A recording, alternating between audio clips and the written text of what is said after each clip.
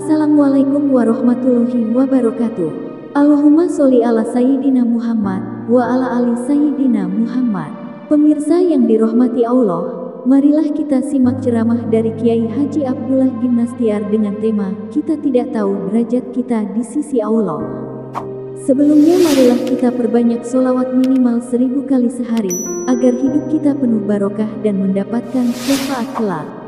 Jangan lupa berikan dukungan kepada channel kami dengan memberikan super thanks seikhlasnya. Marilah kita doakan semoga Ajim sekeluarga dan para penonton YouTube ini diberikan kesehatan dan diberikan kebahagiaan dunia dan akhirat. Selamat menyaksikan. Bismillahirrahmanirrahim. Assalamualaikum warahmatullahi wabarakatuh. Alhamdulillahi rabbil alamin. Segala puja dan puji milik Allah yang maha memperhatikan kita semua. Tidak ada satupun yang luput dari penglihatan Allah, pengawasan Allah, genggaman Allah. Semuanya nyata, tidak ada yang tersembunyi. Tidak ada satupun yang tidak didengar oleh Allah. Semoga pertemuan ini kita semua dibimbing memiliki hati yang yakin kepada Allah. Karena keyakinan itulah sumber kebahagiaan, sumber kemuliaan, sumber keselamatan. Dan keyakinan itulah yang mengantarkan kita bisa menikmati kejadian apapun. Kita bisa tidak pernah rugi dengan kejadian apapun, karena bisa menyikapi dengan sikap yang benar. Allahumma sholli ala Sayyidina Muhammad wa ala alihi wa ashabihi ajma'in. Kita kaji nomor 9 hadirin. Bismillahirrahmanirrahim. Kitab Al-Hikam nomor 9. Tanawwa'at ajnasul a'mal litanawwu'i waridatil ahwal. Beraneka warna jenis amal perbuatan karena bermacam-macam pula pemberian karunia Allah yang diberikan kepada hambanya. Ini penting dipahami hadirin, supaya kita tidak menganggap remeh orang lain, karena setiap orang yang Allah ciptakan memiliki bakat, kemampuan yang berbeda, intelektual berbeda, IQ-nya, daya tahan tubuh yang berbeda, kondisi fisik, kondisi finansial, beban pekerjaan yang berbeda.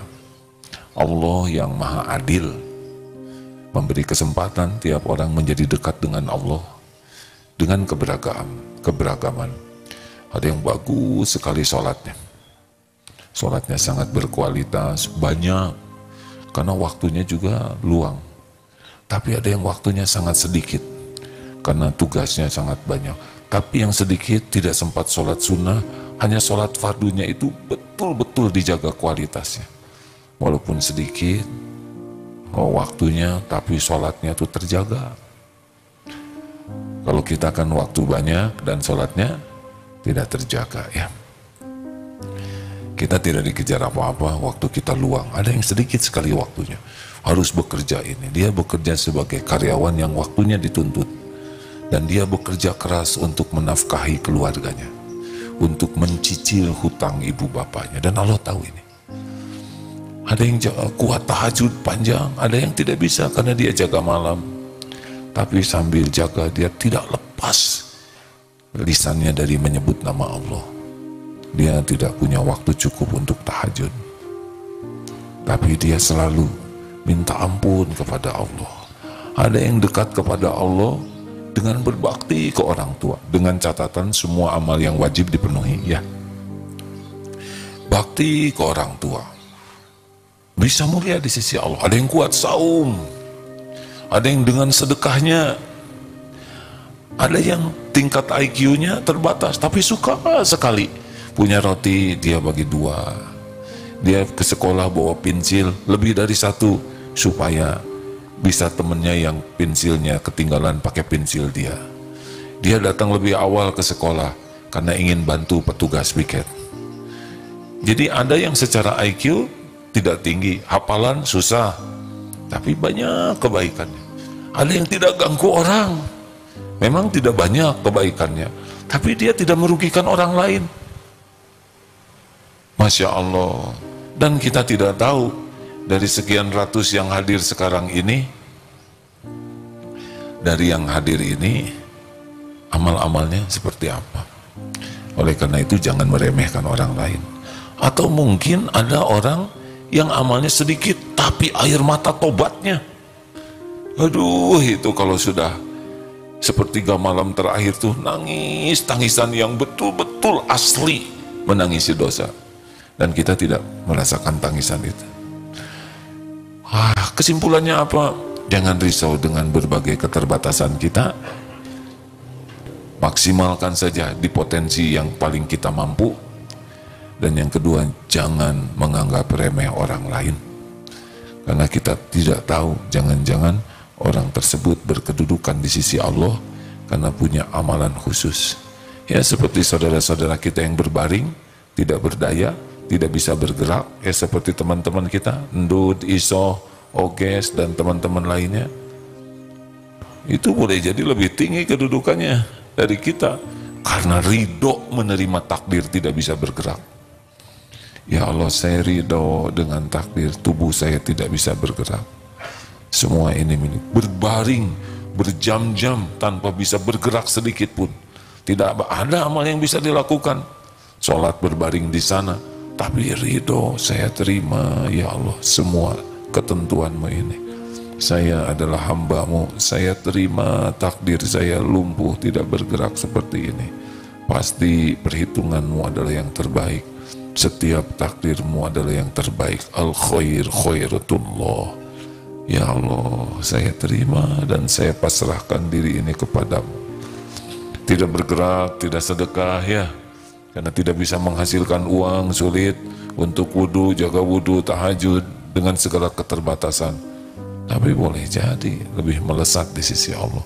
Atau seorang kepala daerah yang adil, yang tiap malam itu terus mendoakan rakyatnya.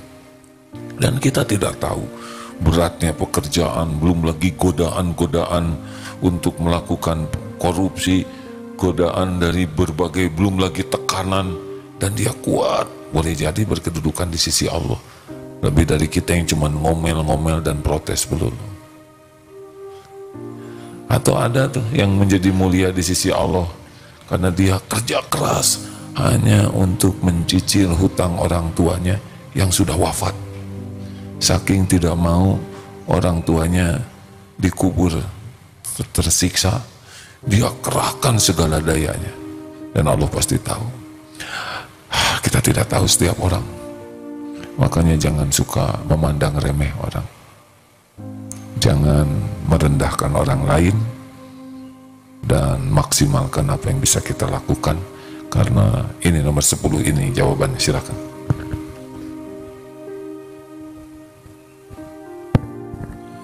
Al-a'malu suratun qa'imatun wa arwahuha wujudu sirril ikhlasi fiha.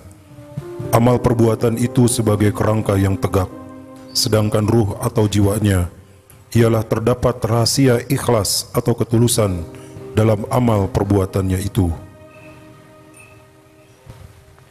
Innallaha la yanzuru ila suwarikum wa amwalikum walakin yanzuru ila qulubikum wa amalikum.